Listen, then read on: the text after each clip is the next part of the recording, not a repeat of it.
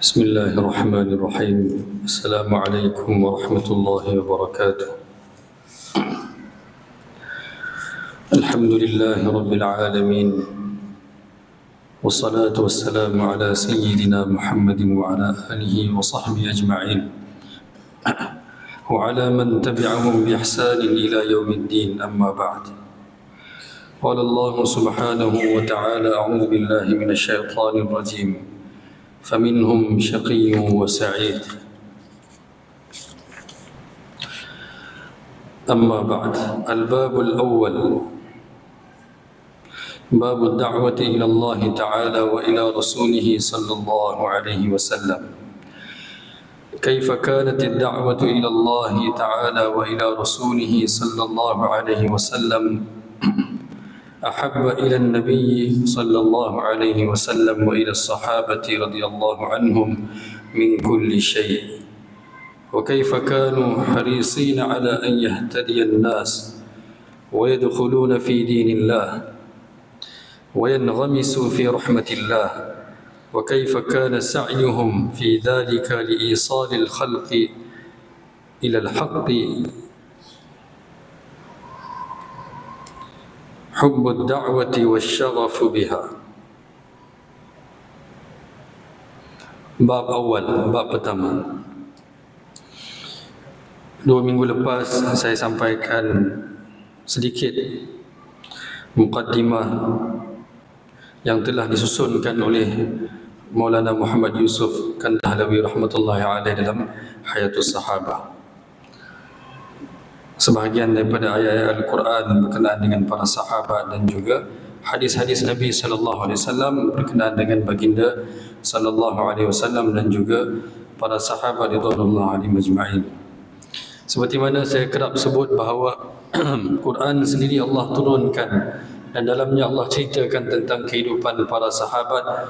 Firman Allah, laqad anzalna ilaikum kitaban fihi dzikrukum, kami turunkan kitab dalamnya ada cerita tentang kamu. Bab pertama yang terawal, Imam Maulana Muhammad Yusuf telah tetapkan bab dakwah. Seperti mana saya sebut sebelum ini, susunan Hayatus Sahabah ini berlainan daripada kitab-kitab sirah lain. Walau bagaimanapun, mereka yang telah pelajari sirah mungkin tahu bagaimana fasa hidup baginda sallallahu alaihi wasallam bermula dengan dakwah juga, dengan dakwah. Jihad selepas dakwah bermula dengan dakwah ilallahi wa ila rasulih. Walaupun Nabi sendiri adalah Rasul, tapi dakwah Nabi kepada Allah dan kepada Rasulnya, bukan kepada diri baginda sallallahu alaihi wasallam, tapi memberitahu kepada orang bahawa aku adalah Rasulullah, bukan nak beritahu bahawa aku adalah Muhammad saja. Maulana Yusuf kata, kaifa kanat ad-da'wah, bagaimana dakwah mereka, bagaimana mereka berdakwah kepada Allah dan Rasulnya, dan bagaimana mereka cinta dakwah orang kepada Allah dan Rasulnya daripada min kulli syai', daripada setiap perkara lain. Maksudnya cinta mereka terhadap dakwah itu melebihi segala-galanya, dan mereka tak sanggup tinggalkan untuk apa sahaja. Dan bagaimana mereka berkeinginan yang amat supaya manusia mendapat hidayat, wa yadkhuluna fi dinillah, supaya mereka masuk dalam agama Allah, iaitu memeluk agama Islam, menyerah diri kepada Allah. Dan bagaimana mereka dapat masuk dalam rahmat Allah Subhanahu wa taala.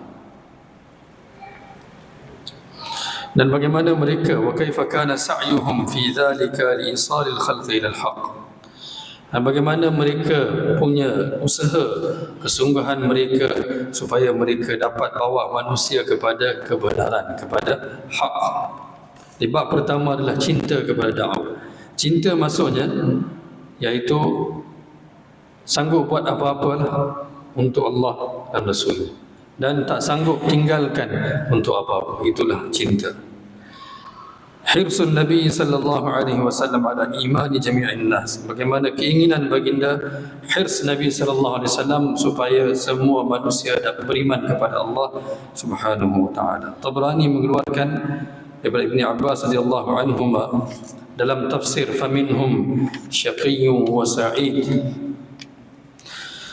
beliau berkata bahawa inna Rasulullah sallallahu alaihi wasallam kana yahrisu an yu'mina jami'un nas wa yubayyi'unahu 'ala al-huda فأخبره الله عز وجل أنه لا يؤمن إلا من سبق له من الله السعادة في الذكر الأول ولا يضل إلا من سبق له من الله الشقاء في الذكر الأول ثم قال الله عز وجل لنبيه لعلك باخع نفسك ألا يكونوا مؤمنين إن نشأ ننزل عليهم من السماء آية وظلت أعناقهم لها خاضعين.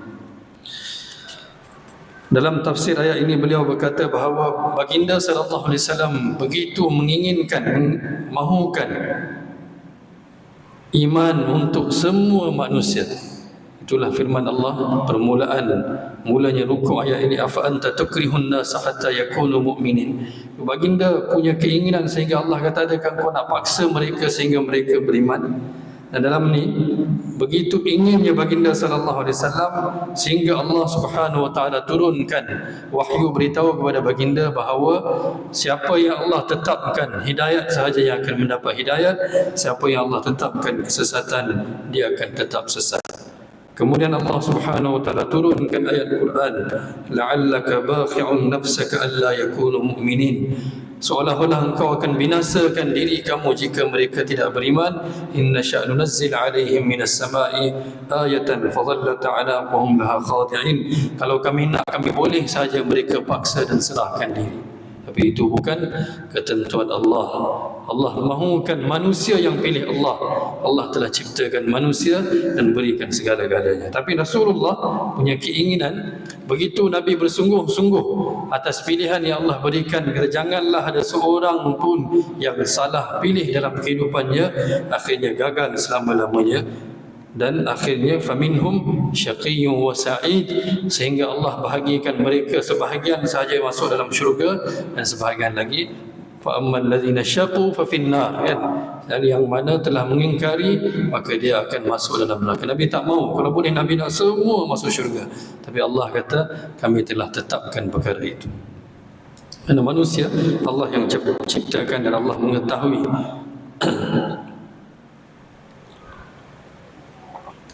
Tapi bukannya paksaan Allah Subhanahu wa taala, Allah tidak paksa kita, Allah berikan pilihan kepada kita.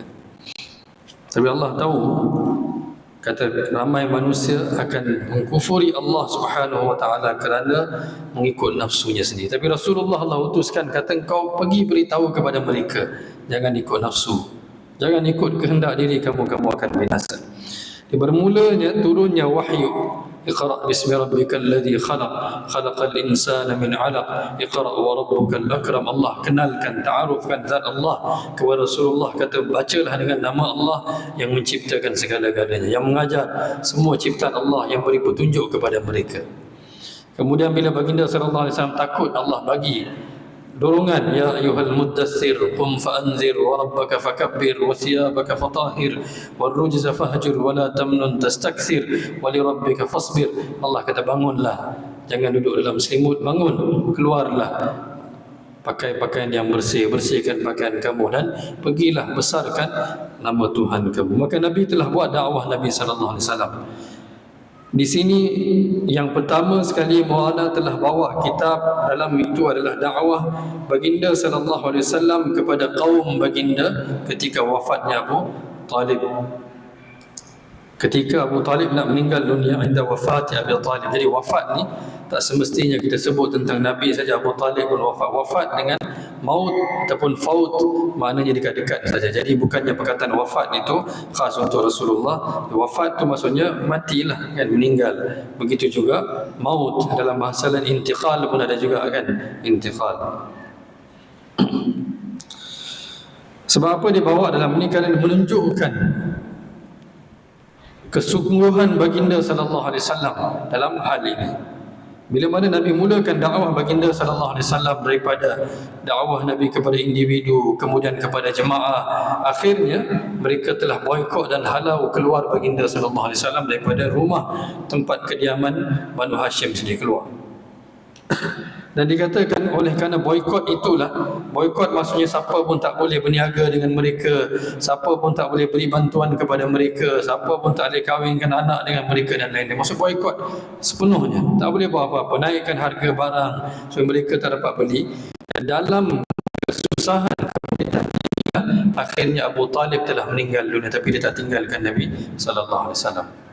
Dan dalam keperitan inilah Khadijah radhiyallahu anha juga telah menghembuskan nafasnya. Kesusahan ini, penderitaan ini, tak ada makan, tak ada minum, maka dia juga telah meninggal dunia. Tapi Rasulullah tetap tidak tinggalkan dakwah baginda.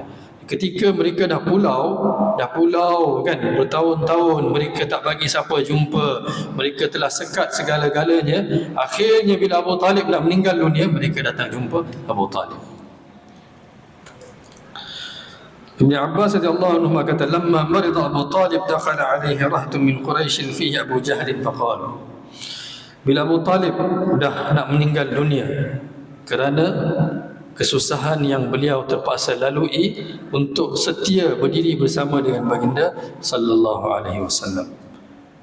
Selepas ibu baginda meninggal dunia, yang jaga baginda sallallahu alaihi wasallam di kota Mekah adalah Abu Talib dengan ibu saudara iaitu isteri kepada Abu Talib iaitu Fatimah binti Asad, iaitu ibu kepada Ali radhiyallahu anhu. Mereka lah yang jaga Rasulullah sehingga Rasulullah sallallahu alaihi wasallam besar, sehingga Nabi dapat kenabian, mereka lah yang jaga baginda. Begitulah Abu Talib tak pernah tinggalkan baginda sallallahu alaihi wasallam. Jadi bila Abu Talib dah jatuh sakit sebab mereka pulau dia, maka satu jemaah daripada Quraisy datang kata, inilah masanya kita dah tekan dia, maka inilah masanya kita pergi negotiate dengan dia sekarang ni. Dan nampak gaya dia pun nak pergi dah, jadi baik kita buat perjanjian awal-awal.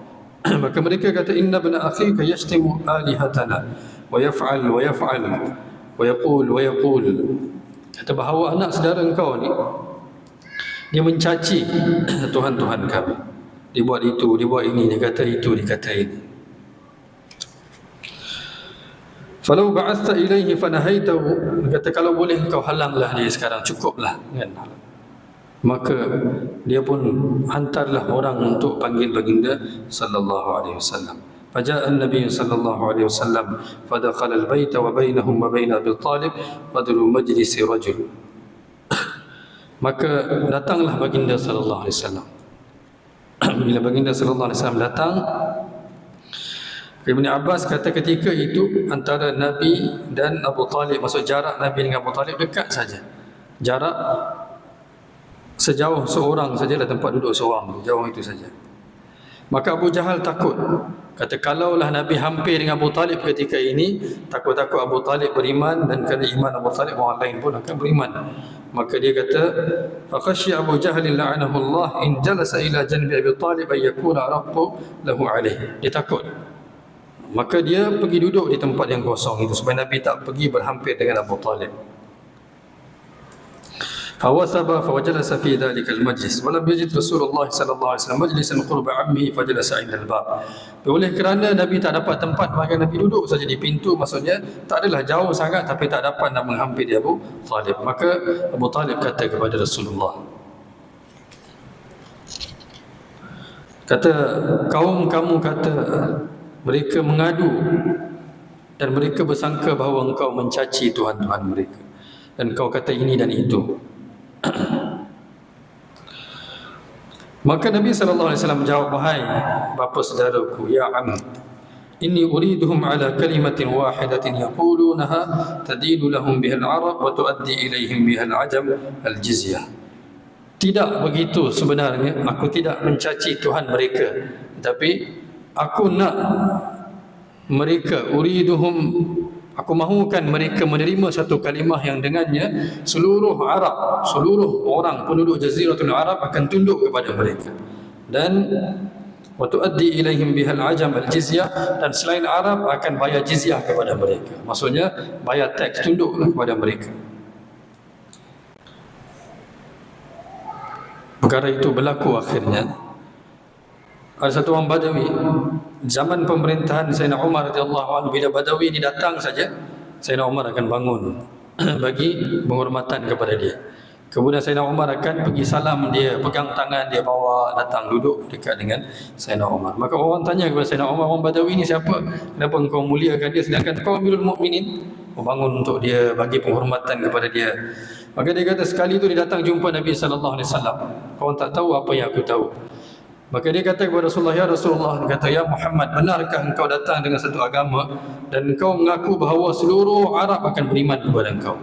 Dan bukan Arab pun akhirnya akan beriman kepada engkau. Dan yang tak beriman akan tunduk bayar jizyah kepada engkau. Rasulullah kata benar. Dan perkara itu engkau lihat, kau akan lihat ketika hayat aku lagi. Kau akan lihat. Dan yang seluruh selain Arab akan tunduk kepada aku, akan beriman atau membayar jizyah, itu aku akan ingatkan kau selepas aku mati. Nanti bila kita bertemu di mahsyar nanti, aku akan pegang tangan kau, ingatkan kepada kau. Kata benarkah? Aku kata dulu. Maka Umar kata, kerana itulah aku tak lepas tangan dia, sebab Rasulullah janji nak pegang tangan dia. Kalau Rasulullah pegang tangan dia, aku pegang tangan dia, aku pasti akan bertemu dengan Rasulullah. Dan kalau Rasulullah dah pegang tangan dia, takkan Nabi akan lepaskan tangan dia sehingga Nabi bawa dia masuk ke dalam syurga. Orang Badawi ni, bila Rasulullah wafat, dia terus masuk Islam. Dia kata satu janji dah nampak dah, seluruh Arab pada Fatah Mekah telah masuk Islam. Wa ra'aitan nas yadkhuluna fi dinillahi afwaja.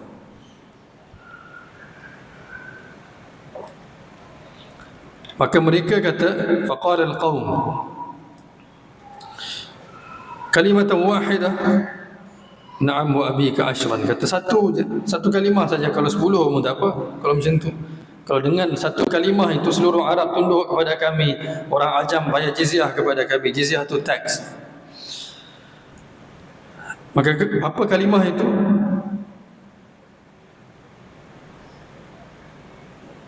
Abu Talib sendiri kata, waqala Abu Talib, wa ayyu kalimatin hiya ya ibn akhi? Apakah kalimah itu wahai anak saudaraku? Maka Nabi kata, la ilaha illallah. Bila Nabi sebut saja, mereka bangun dengan sombong, bongkak.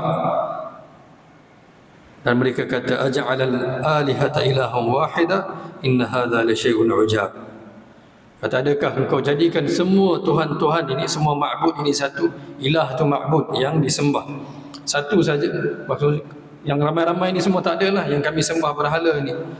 Inna hadha la syai'un ujab. Peliknya perkara ini. Maka Allah turun surah Sad wal Qur'ani dzikr, sampailah ayat bal lamma yadhuqu azab.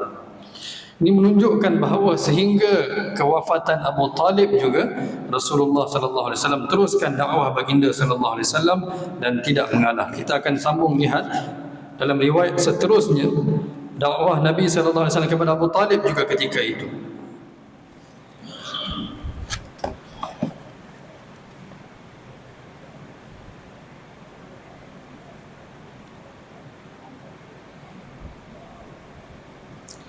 Maka Abu Talib kata dalam riwayat yang lain, wallahi ya bana akhi ma ra'aituka sa'altuhum syatata. Kata, aku tak nampaklah permintaan kau begitu teruk. Maksudnya okeylah, sepatutnya reasonable, mereka sepatutnya terima saja. Maka Nabi bila dengar itu saja, Nabi sallallahu alaihi wasallam kata, fatami'a Rasulullah. Nabi sallallahu alaihi wasallam terus bertamak akan hidayat untuk Abu Talib. Maksudnya Nabi sangka Abu Talib mesti, maksudnya Abu Talib dah boleh terima kan dakwah. Abu Talib, kita tak tahulah Allah Subhanahu wa taala tetapkan hidayat ataupun tidak. Allah Subhanahu wa taala matikan dalam keadaan apa, kita tak tahu. Sebab ada juga para ulama yang mereka tak mahu cakap apa-apa berkenaan dengan setiap mereka yang ada kaitan dengan baginda yang pernah bantu baginda sallallahu alaihi wasallam. Tetapi walau bagaimanapun Allah telah turunkan ayat kan, ma kana lin nabiyyi wal ladzina amanu ay yastaghfiru lil musyrikin walau kanu uli qurba. Kata tak boleh, walaupun bagi seorang nabi, walaupun untuk ahli kerabat sendiri, meminta ampun untuk mereka jika mereka tak beriman, tak boleh. Tak boleh minta istighfar untuk mereka. Maka Nabi sallallahu alaihi wasallam bila lihat seolah-olah hati Abu Talib dah mula lembut, maka Nabi sallallahu alaihi wasallam kata, "Ai am, ucaplah. Faqulha, ucaplah supaya aku dapat berikan syafaat untuk kamu di hari kiamat nanti. Supaya aku dapat berikan syafaat untuk kamu di hari kiamat nanti." Maka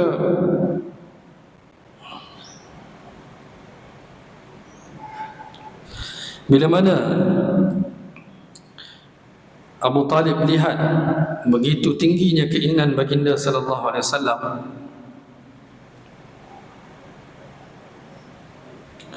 maka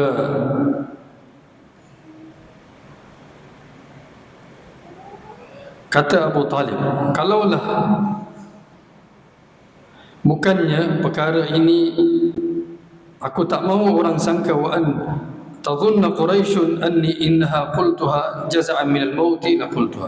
Aku tak mahu orang Quraisy sangka bahawa aku ucap kalimah ini kerana aku takut kepada maut. Saya aku dah kata. Maksudnya dia masih tak mahu perkara itu orang rasa seolah-olah dia dalam tekanan dan takut mati maka dia mengucap. Maksudnya dia nak ucap kalimah itu untuk mengembirakan baginda sallallahu alaihi wasallam, tapi tak ada. Allah tak terima syahadah begitu. Allah nak seorang itu bersaksi bahawa tiada Tuhan selain Allah, hanya saja untuk Allah, bukan untuk orang lain, bukan untuk sesiapa pun, hanya untuk Allah Subhanahu wa taala saja. Oleh kerana itulah bila Rasulullah sallallahu alaihi wasallam wafat, ramai orang murtad. Maka Abu Bakar As-Siddiq radhiyallahu anhu telah sampaikan satu khutbah yang dikatakan kalaulah dituliskan dengan dakwat emas pun dia tak dapat tunaikan hak. Maksud begitu tingginya kata-kata yang telah disampaikan oleh Abu Bakar ketika itu dengan perkataan yang sempurna, iaitu man kana ya'budu Muhammad fa inna Muhammad qad mat. Siapa yang sembah Muhammad, sesungguhnya Muhammad telah mati. Kalau kita kata mana boleh cakap begitu. Tapi Abu Bakar nak bagi tahu bahawa iman hanyalah untuk Allah sahaja. Hanya kerana Allah, kerana cinta kepada Allah, bukan kerana sesiapa. Allah tak terima. Asyirk Allah tak terima. Walaupun kerana orang yang kita cintai pun Allah tak terima. Allah tak akan terima kalau ada sedikit pun syirik. Kita punya iman untuk Allah hanya saja untuk Allah saja. Kerana itu kan masuk beriman kerana cinta, beriman kerana harta, beriman kerana pangkat, beriman kerana takut, itu semua Allah tak akan terima. Mestilah kerana Allah sahaja iman. Dalam bab tauhid, dalam bab iman, dalam bab akidah ni Allah tak akan terima. Sedikit syirik pun Allah tak terima. Sedikit pun Allah tak terima. Dalam bab amal kurang lebih Allah Subhanahu wa taala ampunkan. Iman tak boleh. Contoh satu orang itu solat. Dan Imam Bukhari rahmatullah alaihi dalam bab pertama dia, hadis yang dibawa adalah innamal a'malu binniyat. Ibn Hajar Al-Asqalani kata iman manusia dalam solat, dalam amalan dia berbeza. Ada yang solat takut neraka, ada yang solat kerana nak masuk syurga, ada yang solat nak itu, nak keberkatan rezeki sahaja, kan, pelbagai. Tapi ada juga yang kedudukan paling tinggi yang solat hanya saja untuk keridhaan Allah. Dia tak mahu apa-apa. Allah bagi, memang Allah tetap bagi. Allah, kami tetap terima. Allah tetap berikan kepada kita. Orang bukan Islam Allah tetap berikan. Kenapa tak lagi orang beriman? Tapi buat kerana Allah saja, itu iman paling. Tapi kalau dia solat kerana takut masuk neraka, Allah terima juga. Dia solat untuk syurga, Allah terima juga. Dia solat untuk dapat keberkatan rezeki, Allah akan terima juga. Itu maksud dalam amal ni, Allah tetap terima. Dia bagi sedekah untuk mengembirakan saudara, Allah terima. Bukan kerana itu syirik, tapi kita imam Allah. Bila saya buat untuk saudara itu, nanti Allah akan terima juga. Allah akan bagi ganjaran. Tapi dalam bab iman ni sedikit pun tak boleh. Kalau saya beriman kerana saya sayang kepada seorang itu, hatta untuk Rasulullah sallallahu alaihi wasallam pun di sini Allah tak terima, tak boleh. Maka Abu Talib kata, kalaulah aku tak takut bahawa orang Quraisy akan kata aku takut kerana takut mati, saya aku akan kata untuk mengembirakan kau. La aquluha illa liasurruka biha, dan aku akan mengungkapkan kalimah la ilaha illallah untuk mengembirakan kau saja. Itu Allah tak terima. Untuk orang lain Allah tidak terima. Takut kepada orang lain Allah tak terima. Sebab tu bila Firaun dia nak tenggelam, kan, Allah Subhanahu wa taala tenggelamkan dia dalam Laut Merah. Dia kata amantu billadzi amanat bihi banu Israil kan wa ana minal muslimin. Kata aku beriman wahai Musa, aku beriman. Dia takut. Allah tak terima. Sebab dia kena beriman itu bukan sebab dia takut, Allah saja. So, iman ni mestilah. Sebab tu tak ada paksaan. La ikraha fid din. Tak boleh paksa orang dengan pedang pun tak boleh paksa kata kau kena beriman. Tak boleh paksa. Tapi kalau satu orang itu beriman, kita kena lepaskan, dia tak boleh bunuh dia. Itu dalam sirah pun kita belajar. Tapi tak boleh paksa sesiapa pun. Tak ada paksaan. Bagi pilihan dulu, tak ada paksaan. Tak nak, boleh bayar jizyah. Tak ada paksaan. La ikraha fid din. Allah tak ada paksaan dalam seorang itu untuk beriman. Seterusnya,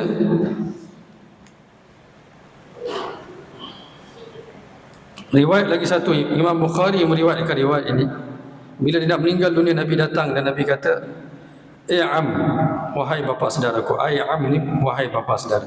Qul la ilaha illallah kalimatan uhajju laka biha indallah. Supaya aku dapat membela kamu depan Allah nanti. Hajju bukan aku dapat buat haji, uhajju aku dapat membela kamu depan Allah nanti. Maka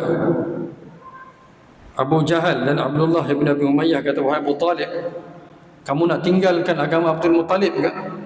Nak tinggal agama atuk kamu ke? Maka mereka saja, mereka sibukkan Abu Talib dan mereka ulang-ulang kata perkataan itu sehingga akhirnya Abu Talib kata, aku meninggal dengan millati Abdul Muttalib, dengan agama Abdul Muttalib. Maka Nabi SAW dengan sedih Nabi kata, la astaghfiranna laka ma lam unha anka. Nabi kata, aku akan minta ampun untuk engkau wahai bapa saudaraku. Dan Abu Talib telah bersama dengan Nabi SAW selama Nabi berdakwah, sedangkan Abu Lahab yang menentang Nabi. Bila Nabi bagi buat dakwah, Abu Talib bagi jaminan kepada Rasulullah. Sebab apa?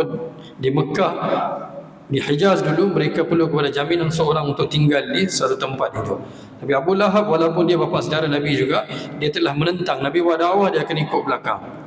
Dia akan, Nabi kata ucaplah la ilaha illallah, dia kata jangan dengar ni, dia orang gila. Orang kata macam mana kau tahu? Dia kata anak saudara aku tahu dia gila, jangan dengar sangat. Maka Allah turunkan ayat Quran, tabban yada abi lahab wa la. Tapi Abu Talib dia telah bersama dengan Nabi SAW. Maka Nabi kata, aku akan minta ampun untuk Abu Talib kerana atas kesusahan dia bersama dengan aku, sehingga kena boikot pun dia bersama dengan Rasulullah. Tapi dia tak beriman, Allah tak tetapkan. Maka Allah turunlah ayat yang saya bacakan tadi, maka lin nabiyyi wal ladzina amanu ay yastaghfiru lil musyrikin. Tak boleh minta ampun walaupun bagi seorang nabi dan orang beriman untuk minta ampun untuk orang musyrikin, dan walaupun mereka itu adalah ahli kerabat mereka, tak boleh. Sedangkan telah zahir untuk mereka bahawa mereka itu adalah ashabul jahim. Dan turun juga ayat innaka la tahdi man ahbabta walakinallaha yahdi man yasha. Allah tak akan berikan hidayat kepada siapa yang kau sayang, tapi Allah berikan hidayat kepada siapa yang Allah sayang.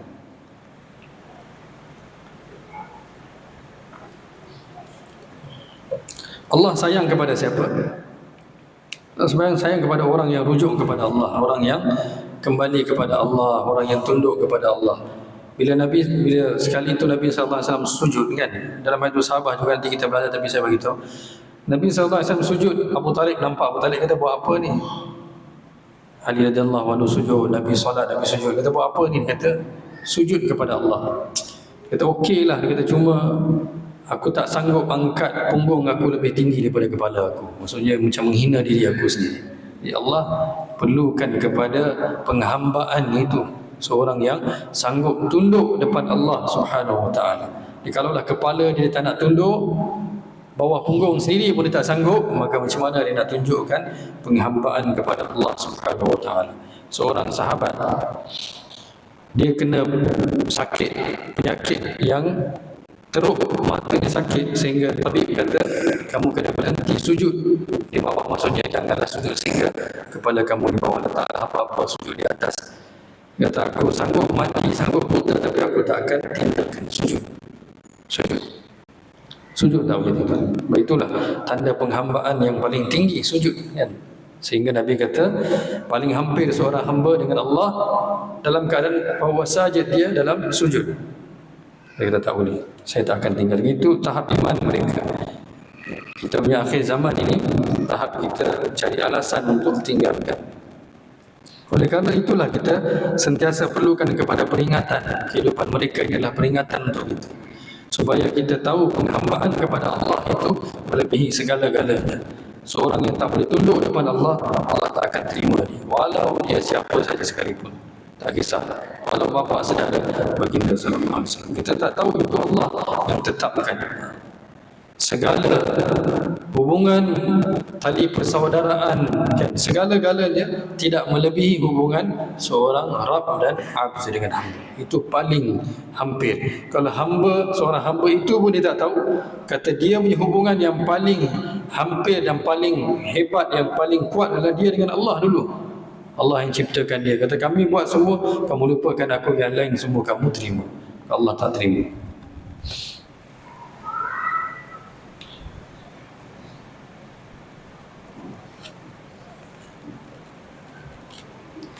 Satu riwayat mengatakan tidaklah Abu Talib kata dia tak kata pun ala millat Abu Talib, tapi dia mengingkari untuk mengucap la ilaha illallah.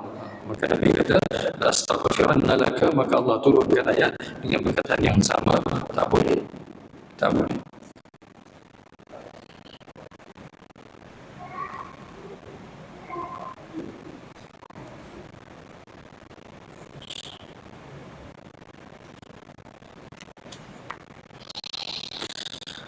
Begitulah riwayat-riwayat lain yang mengatakan bahawa bila Abu Talib dah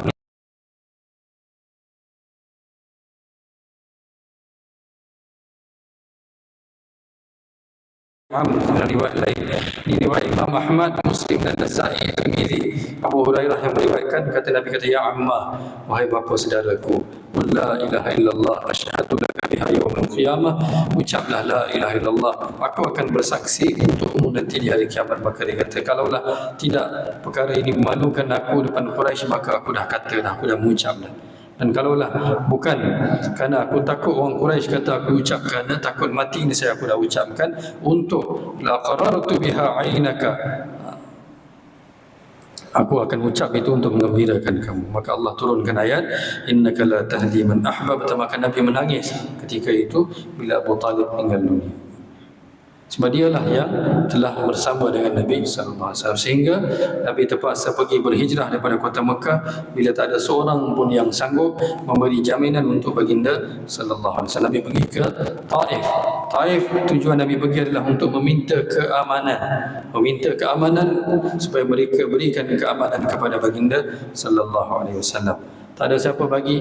Nabi dilontar batu dan Nabi sallallahu alaihi wasallam pulang dalam keadaan sedih, tak boleh nak masuk kota Mekah, berada di antara Taif dan Mekah. Nabi SAW doa, Allahumma ilaika ashku du'fa quwwati wa qillata hilati wa hawani 'ala nas. Doa Nabi yang panjang. Nabi doa, ya Allah, aku hanya mengadu kepadamu akan kelemahan aku sendiri.